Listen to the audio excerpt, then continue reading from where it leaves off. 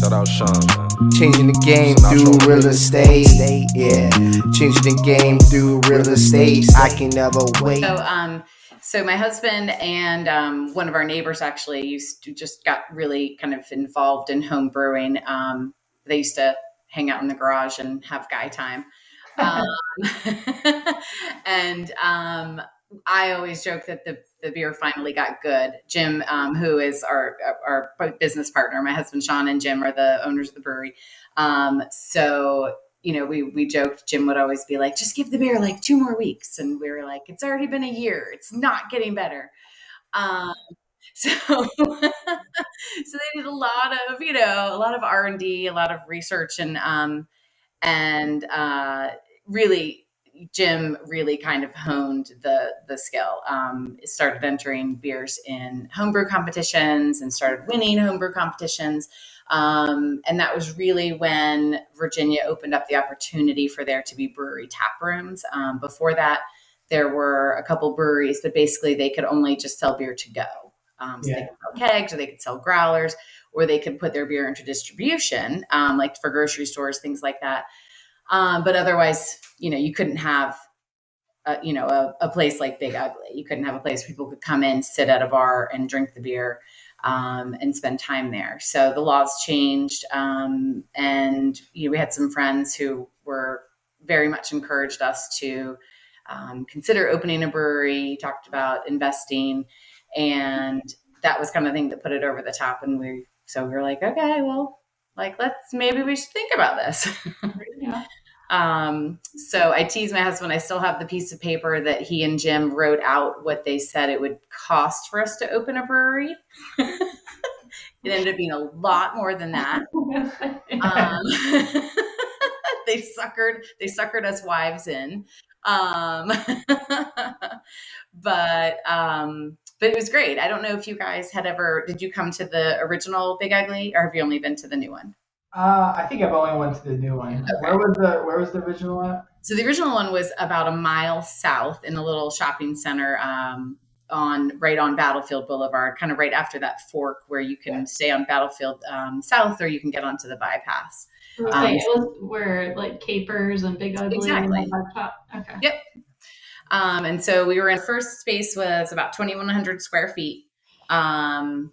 And we did a lot of things in 2,100 square feet, brewed a lot of beer, and fit a lot of people in there. Thank goodness we didn't have to worry about COVID, and because we didn't have any outside space. I mean, it would have been tough if we had been down there during COVID. And so our plan was always, if we that in 3 years, we hoped that we would be moving to another place, expanding, that was kind of our timeline. And that was really what we aimed for. We invested everything that we made back into the business. We all worked other full-time jobs at the same time. Unfortunately, again, there was 4 of us. So the guys and so Sean and Jim, and then his wife and I. And so we were able to, with 3.5 years, we opened up our new place, the one that you've been to, the big one on Battlefield, a little bit farther north. So I guess we're going back from the garage part. I feel like every great business starts from like a garage. Right. Every good idea starts with beer. So you have something. Yeah. Exactly. So how did they learn how to brew? Did you just kind of like wing it from trial and error, or like? Yeah. So Jim's wife got him, there's a kit, it's called a Mr. Beer kit. And it's like the literal like brewing for dummies kind of thing. Like it's more like an easy bake oven kind of for beer. It's like all the things you boil I've never done a Mr. Beer kit, but that's my understanding of it.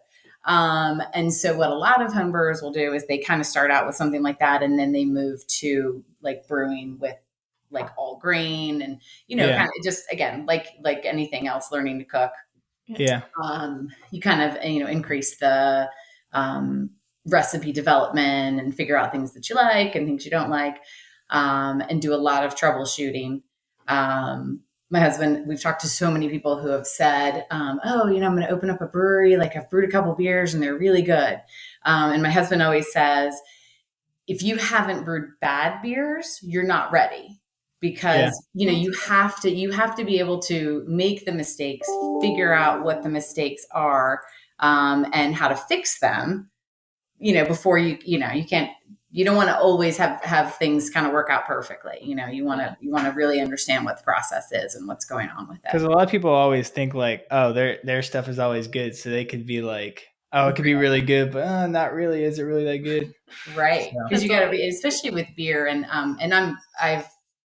I'm not the best at detecting these, but there's, very particular like off flavors that are created by very particular problems in the brewing process. And so if you don't know what those are, if you don't know how to recognize them, if you don't know what causes them, and now you're brewing on, a large scale, you may be dumping a lot of beer down the drain. And that's a lot of money. So take us down your path of like getting that first space. Like I guess you found a spot to lease and everything like that. You just got all your numbers together. What was like kind of like the overhead? Yeah. Like the process to go about doing that. Yeah. Like you said, obviously, we were kind of simultaneously doing several things, doing a lot of research as far as the licensing goes. Of course, when you're dealing with alcohol, we're dealing with licensing on a city level, on a state level, and then on a federal level. And so you kind of have to have all those licenses in place before you can do anything.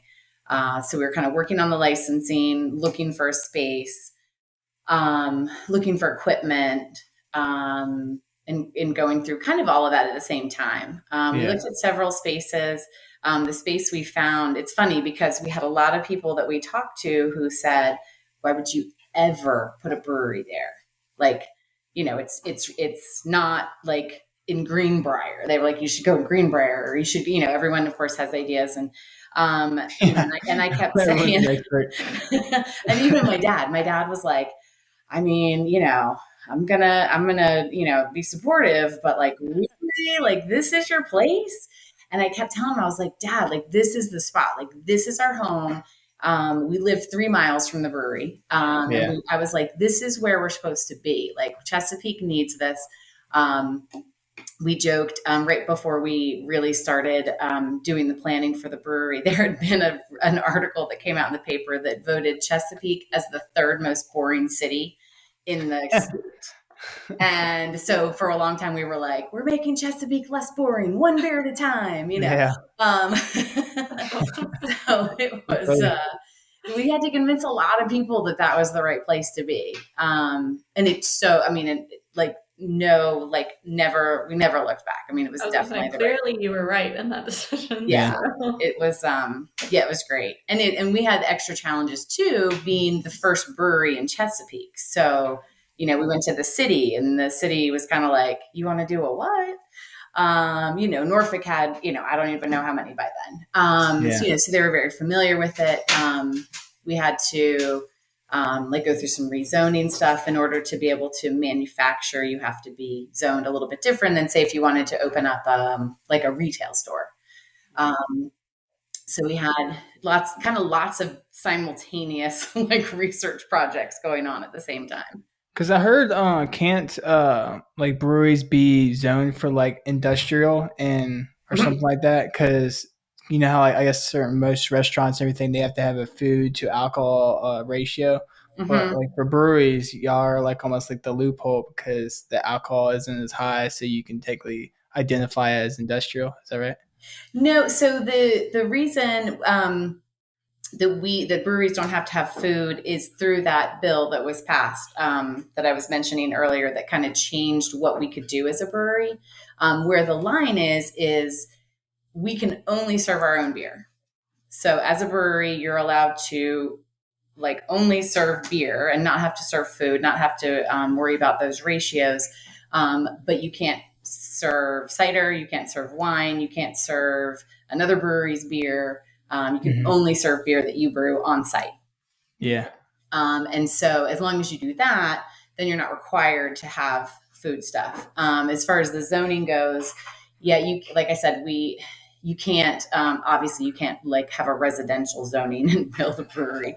But you can't, there's different kind of levels of zoning. There's zoning for like manufacturing. And like you said, there's industrial zoning. So you have to make sure that your property is zoned in the way that allows you to use the property for that permit. So when we bought the property we're at now, we also had to have that rezoned. It was zoned what's called O&I, which is basically like a restaurant could have gone there, an office building could have gone there, but because we manufacture a product, we had to have the zoning changed. Okay. I gotcha. Yeah. Is that a difficult process or? For the first space, it was not. We went to city council and city planning, city council, and they were in favor. And that was, fairly easy. For our new space, it was a little bit more of a challenge. We back up to a neighborhood, and a lot of the neighbors were concerned. Again, I don't think they quite understood like what a brewery is, and I'm sure many of them imagined like a nightclub. Yeah. And we always tell people, we close at 10. We're like, we're too old. Like, we don't want to be out late, So we're like, we're promised we are not going to be out there partying until 2. So there was a lot of concern from the neighbors. So we spent a lot of time kind of working with them and working with city council to make sure that that everybody felt like we were going to be good neighbors and respectful neighbors. And the great news is we have a lot of people from that neighborhood who come to the brewery now. And whenever they come in, they'll be like, oh, I live right behind here. And I'll always ask them, I'm like, are we okay? Are we good neighbors? And they all are like, absolutely. That's a win-win scenario. Right? Yeah. We found out shortly after we moved into our current space, an article came out, and my husband was so excited, but it was something like, if you live within X amount of miles of a brewery, like your property value increases by 10% or something. So there you go. Selling feature right there. No Uber required. What does that look like, I guess, as far as like when you're like trying to win the neighbors over for a rezoning purpose? Is it like going door to door, having the conversation with them? Is it dropping off like free beer on their doorstep? Right. What does that look like? Yeah. No, my husband and I, we literally went door to door. Okay. Well, first we kind of gave everybody a letter that said, hey, here's what we're doing, and kind of explained who we were. Then we went door to door, and then the neighborhood also set up like a kind of like a civic league kind of meeting. And so we went to that, and we, listened to their concerns. And then we spent a lot of time with the city planning commission and then city council, just kind of going over things, saying, okay, well, we're going to close at 10. Like those were our previous hours, and we had planned to keep those hours, but like, it's actually like in the city paperwork that we have to close at 10 in order to, remain good neighbors. So we agreed to that. Things like if we have live music, that we will, make sure we close the side garage door, just, things to just be respectful of neighbors' lifestyles and things like that.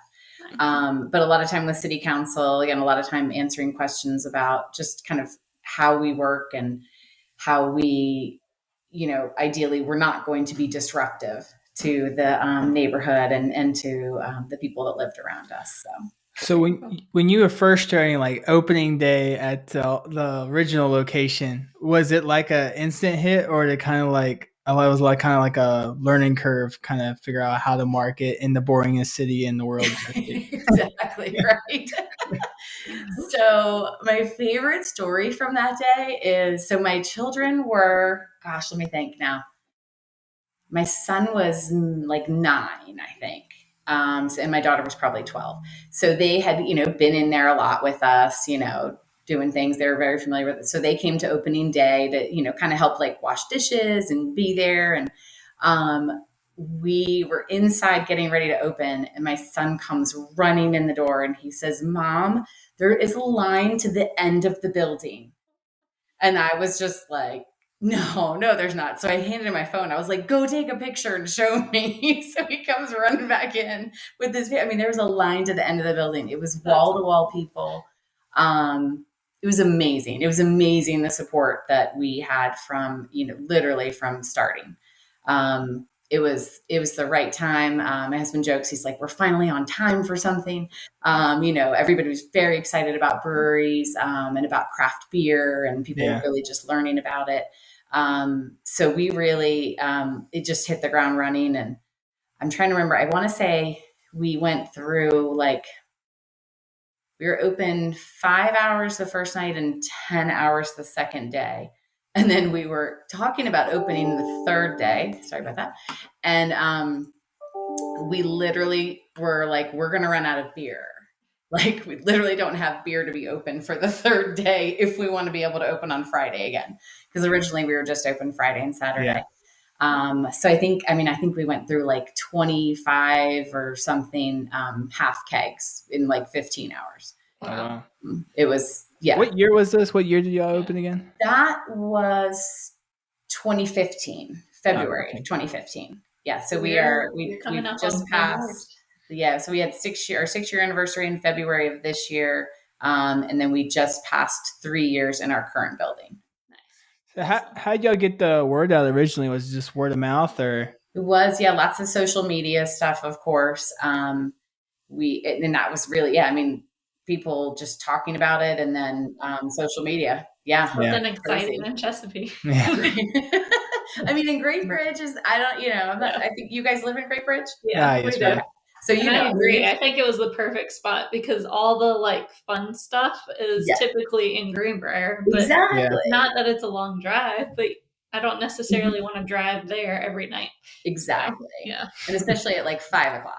Yeah, exactly. When you're trying to get through the bridge or something. Exactly. Yeah. We always said, we were like, this is our home. Like, we're supposed to be like, we want to do this like in our home, like for our home. And, at that point, as I said, our kids were like 9 and 12, but, we used to, when the kids were younger, we'd get a babysitter and we'd go out to dinner, and then we'd be like, okay, well, if we're going to drink, like, if we're going to go out for another beer, we can go to Norfolk, or we can go out to Virginia Beach, or we could just go home. Yeah. And so we'd come home and the poor sitter would be like, why are you back? And we were like, I really just want anything else to do. So we came home. There you go. So we were happy to provide that for other people, to say, hey, there is stuff to do in Great Bridge. And Did y'all have any like previous business experience before you started this, or? Not really. I mean, we really, I have worked in various industries. So my business partners, so Jim is a nurse practitioner, and his wife, Michelle, is an emergency room nurse. My husband has been in sales, various industries. And then my career, I'm a clinical social worker. So I was working in private practice doing mental health therapy. Oh, okay. Oh, wow. So we kind of came at it from all these different angles, which is part of why it worked. I think if we had all been salesmen, that, we kind of all would have come, so we really all had, these different perspectives as far as kind of our life experience. Sean worked in restaurants and bars. I worked in restaurants and bars forever as a second job. So I had a lot of experience in that realm with like customer service and just kind of problem solving in that sort of environment. Well, because y'all were like a team, did y'all kind of have to like go through like a trial area to like identify whose role is what? Like, hey, you do this. How did y'all go about structuring, or especially being friends and married as well? I'm sure that was right. Exactly. I mean, there's always challenges with that, because we all, it's 4 people.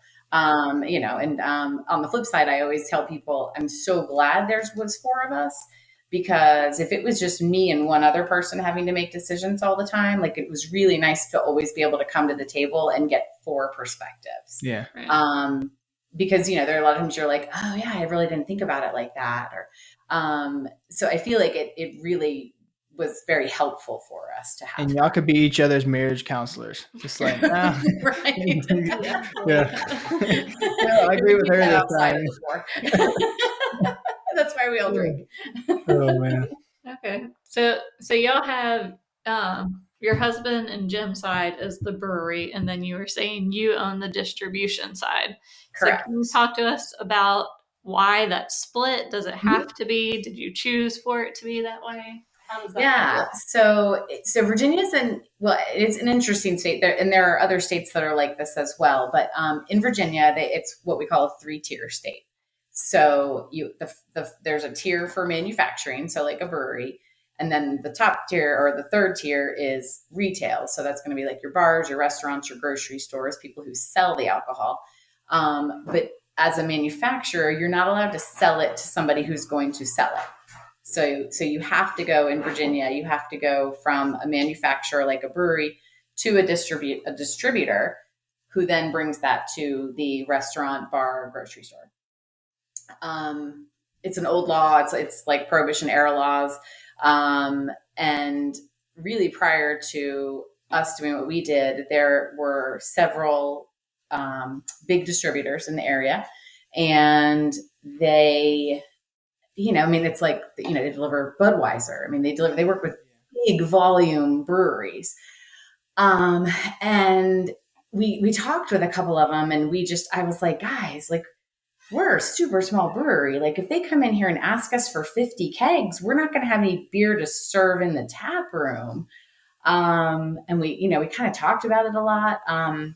One of the other challenges is that those distribution companies, when you sign with them, it's a lifetime contract. Oh, wow. So, if Big Ugly signed with one of these distributors, there's really not a lot of opportunity to change the terms of that contract once cool. They're set. And you hear stories, and everybody has a story and everybody has a side as to, where things went wrong. But it was just we were a little concerned about that. And really that we just were like, we're so small, like we don't even know what we want yet. But what we knew we wanted was to be able to take our beer to a couple bars that friends of ours owned, and be able to take our beer to festivals. So my brain's always just ticking away. So at some point I just was like, I wonder if I could distribute our beer. So I called our local ABC agent and kind of explained to him what I was thinking about. And he was like, yeah, you just have to, you can't own the brewery because again, you can't own in more than one tier. He was like, but everything has to be completely separate, but yeah, you could own a distribution company and your husband could be one of the owners of the brewery. So we started kind of moving forward with that.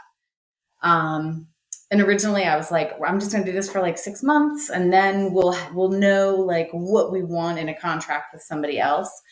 And once we started doing it, I was like, I think this is a really good plan.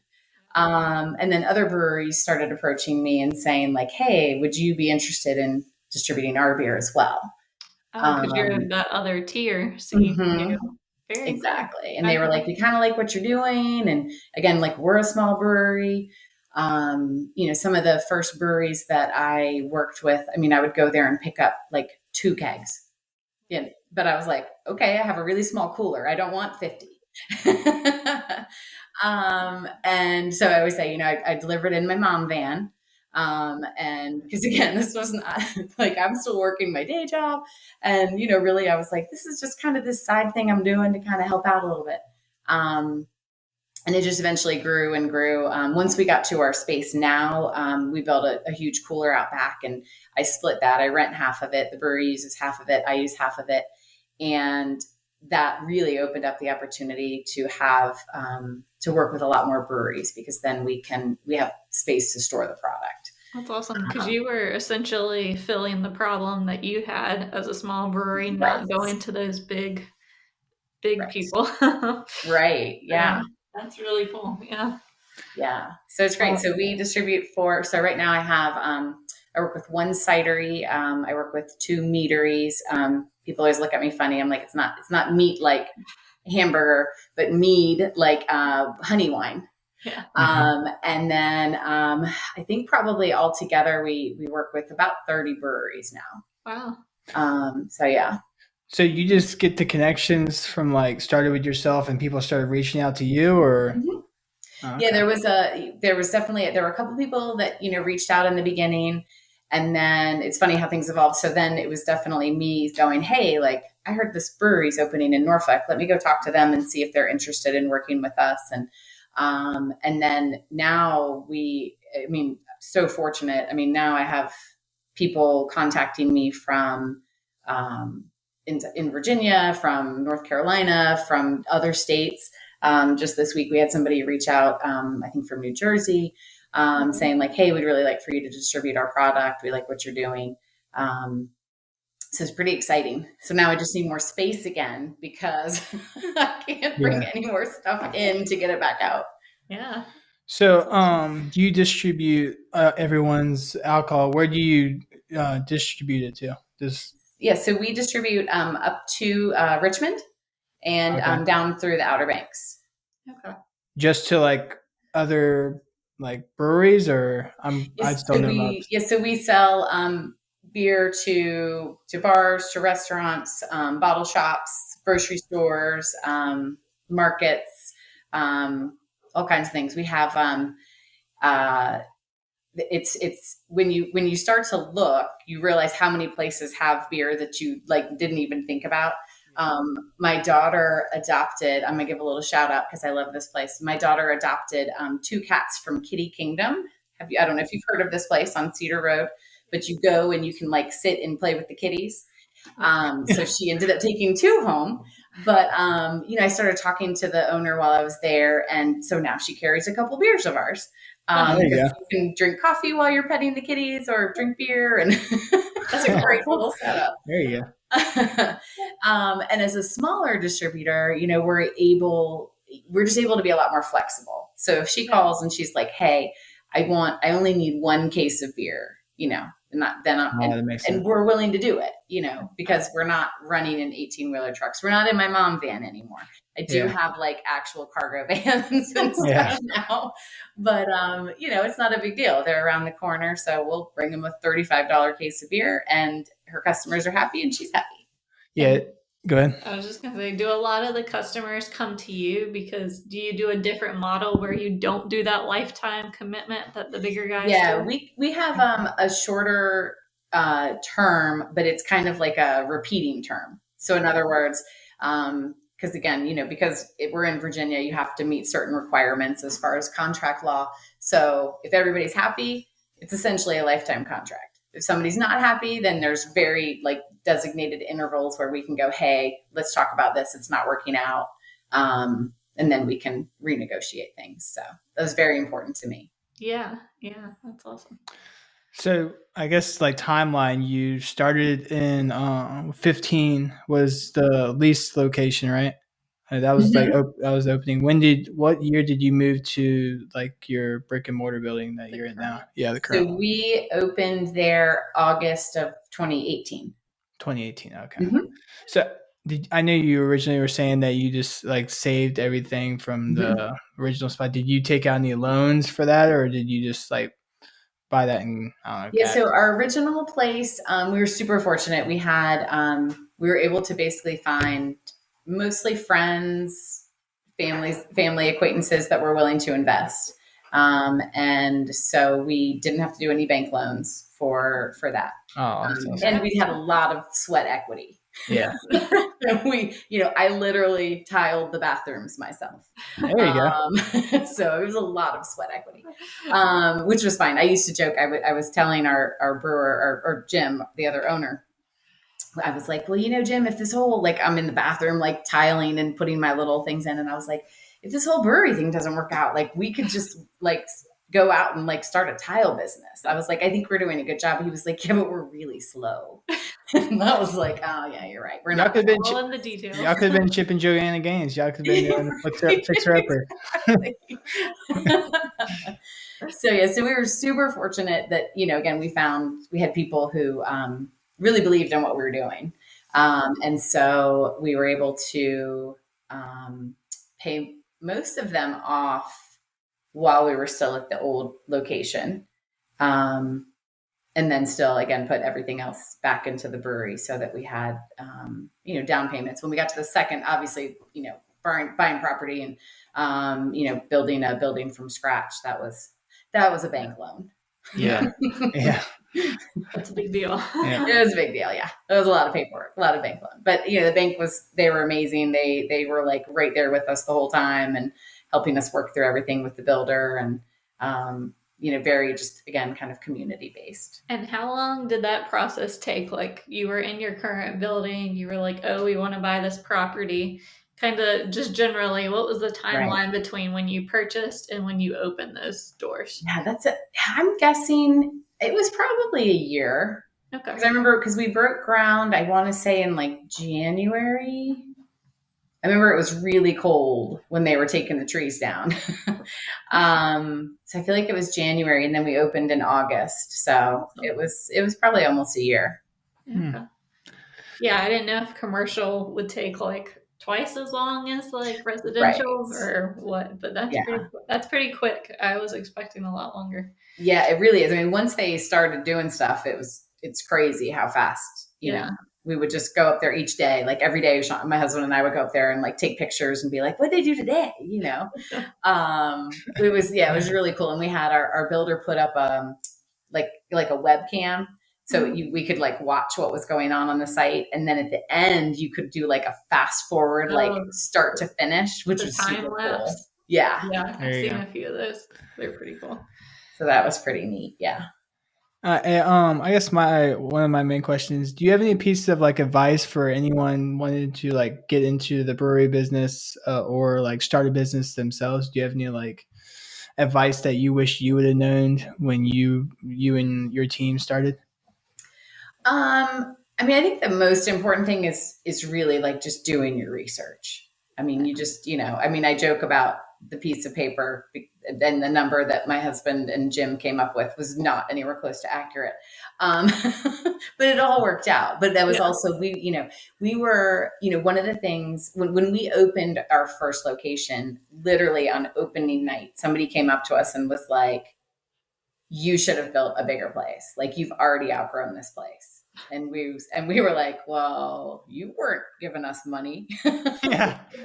Like, it was so important to us in our first space. We weren't going to go and like get $1 million in debt. You know what I mean? It was really important. And, and there's kind of two, I think, directions that people go with breweries and probably businesses in general. I'm just obviously most familiar with breweries, where they just, go out and do this really, kind of grand thing. And that includes grand financing. For us, I always say I had to be able to sleep at night, and I was not going to be able to sleep at night if that was, if we had, in my mind, we had a product I believed in, it wasn't proven. You know what I mean? There was no brewery in Chesapeake before. I loved our beers. I knew they were quality beers, but who knows what everybody else was going to think. So it was really important to us that we did everything, again, as much work as we could on our own, as much, research as we could do, and really just kind of tried to make really smart financial decisions from the beginning. Because it's stressful enough to open up a business, but it's really stressful when, if you feel like you're not going to be able to pay all those bills once you get open. Yeah, I imagine. Yeah. Did y'all have like when y'all started your business? I know you had the money. Did you have a good like buffer, like a good savings that y'all could like fall back on if it wasn't like immediate hit or? Gosh, that feels so long ago now. I mean, I think if we had, like personal things, like we could have pulled things, we could have say, taken out a second mortgage or pulled out our 401k or things like that, things we didn't want to do. But we also felt, pretty strongly that, okay, if this doesn't work out, like, okay, we would resell the equipment, that was a huge chunk of obviously the startup cost, like, what would our options be in evaluating that, right? If we get a year down the road and we're like, we picked the wrong spot or it's not working or, what would we have that we would be able to then kind of get back out of the company? So it would be like a good piece of advice to like think of like realistic goals. Like, hey, if everything doesn't all pan out, we can still at least do this. So you don't like come into a situation where like you lose your home or house and exactly an exit plan of some kind. Exactly. Yeah. Cause you hear about that all the time. Yeah. And it's just, it hurts my heart because it's, again, I know how stressful it was to open the business without my house being on the line, without, without, again, some huge bank loan, just the regular day to day, like, okay, how are we going to logistically put all this together was tough enough. And with those other things, it's really stressful. So that now that Big Ugley's like kind of been established, has kind of been really successful. The distribution center's going really well. Like, what's the goal now? Like, do y'all have a next step? Like, What's the mission? Yeah, it's funny. We literally were talking about that last night because he said, we really should go back to our business plan and like say, okay, we need to make a business plan for the next 5 years. Yeah. Yeah.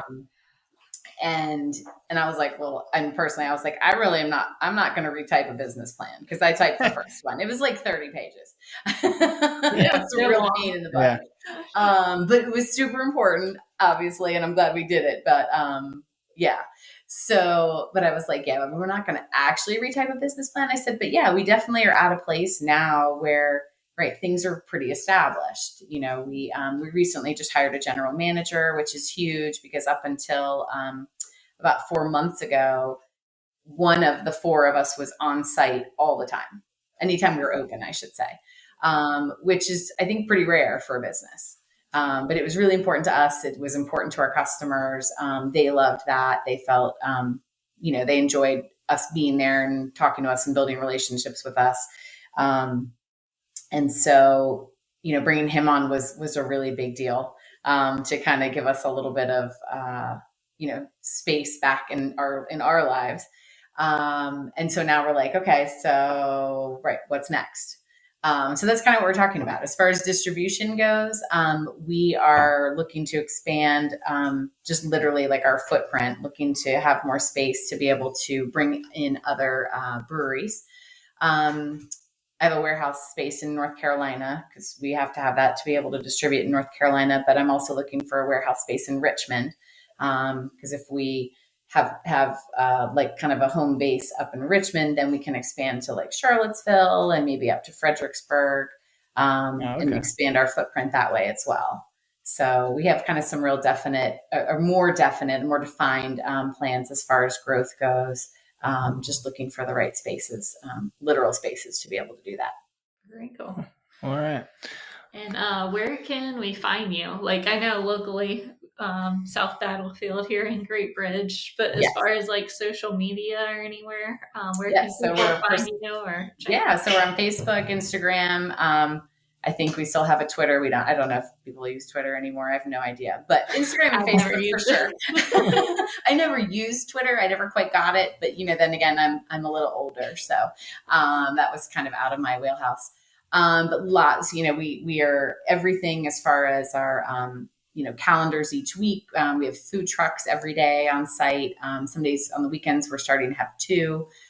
We have events. We have live music. Usually 4 or 5 days a week, we have live music at night. Awesome. Tomorrow we have a huge, like fall bazaar, a bunch of, I think there's 30 or more like craft kind of vendors coming out. And then we'll do another one in December, right before Christmas at the brewery. Sorry, he's getting fussy. He's like, I need to throw the tennis ball. So all of that stuff is online on social media. We, of course, have a website as well, biguglybrewing.com. And you can see all of the events that we have coming up. We're scheduled out live music and food trucks for probably like the next 6 months. All kinds of events, fundraisers. We've got a Little League fundraiser next weekend. We have Cub Scouts selling popcorn. We do all kinds of things. We have a huge Halloween party coming up. We're going to have the axe throwing people out there, which I'm super excited about. And we're going to have a bunch of vintage cars come up and do like a trunk or treat thing for the kids on Halloween Sunday. So yeah, we try to kind of have a little bit for everyone. And again, you can find all of that on Facebook, Instagram, or on the website. Okay. And then anybody that listens to this and hears your distribution business, can they find you on that website as well? Yeah, actually mine's a separate one. So it's prettyuglydistribution.com. And we have it all broken out so you can see which breweries we distribute for in each area. Similar to the tiers, everything in Virginia, again, also works kind of territory wise. So like I have some breweries that I distribute here on what we call the South Side, but I don't distribute them in Richmond, and some are the opposite. So each geographical area, we have a different list of breweries that we distribute for. Awesome. So all of that is on there.